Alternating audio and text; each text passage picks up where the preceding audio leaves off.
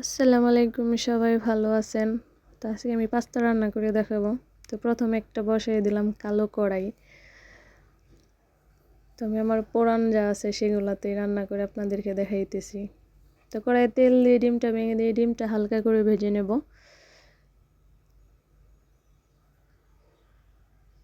তো ডিমটা হয়ে গেছে, আমি উঠিয়ে নিলাম একটা বাটিতে। এবার দিয়ে দিলাম কয়টা বাদামগুলো হালকা ভেজে নেব। এবার দিয়ে দিব কাঁচামরিচ কুচি, পেঁয়াজ কুচি, টমেটো কুচি।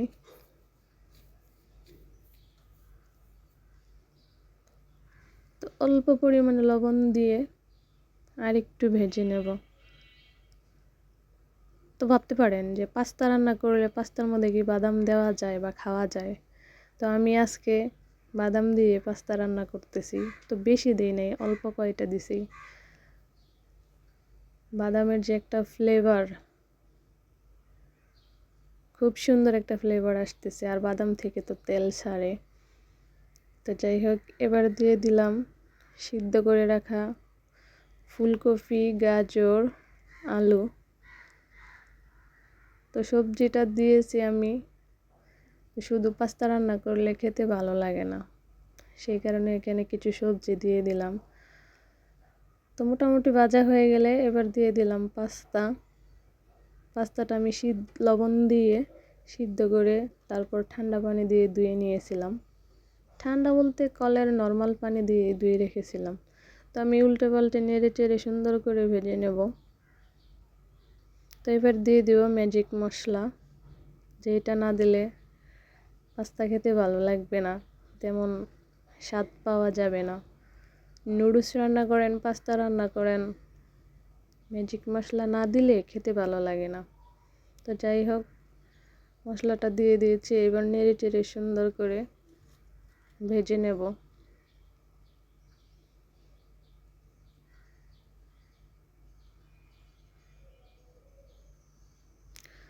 তো এবার দিয়ে দিব ডিম, বেটে রাখা ডিমটা দিয়ে আবারও নেড়ে চেড়ে পাস্তাটা আমি সুন্দর করে ভেজে নেব।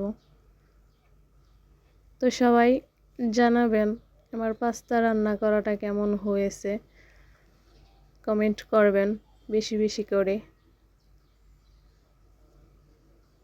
আর আমি যেভাবে পাস্তা রান্না করতেছি এইভাবে একদিন রান্না করে খেয়ে দেখবেন। তো মোটামুটি হয়ে এসেছে। এবার দিয়ে দিলাম ধনিয়া পাতা কুচি দিয়ে আর একটু নেড়ে চেড়ে পাস্তাটাকে আমি ভেজে নেব। তো আমি এখানে ঝাল কম দিয়েছি, কারণ বাচ্চারা খাবে সেই কারণে। তো আপনারা চাইলে ঝাল একটু বেশি করে দিতে পারেন, সমস্যা নেই। তো আমি পাস্তাটা হয়ে গেছে, তো একটা প্লেটে আমি নামিয়ে অল্প একটু প্লেটে সার্ভ করে আপনাদেরকে দেখিয়ে দিচ্ছি। তো ধন্যবাদ, সবাই ভালো থাকবেন, বেশি বেশি লাইক, কমেন্ট, শেয়ার করবেন।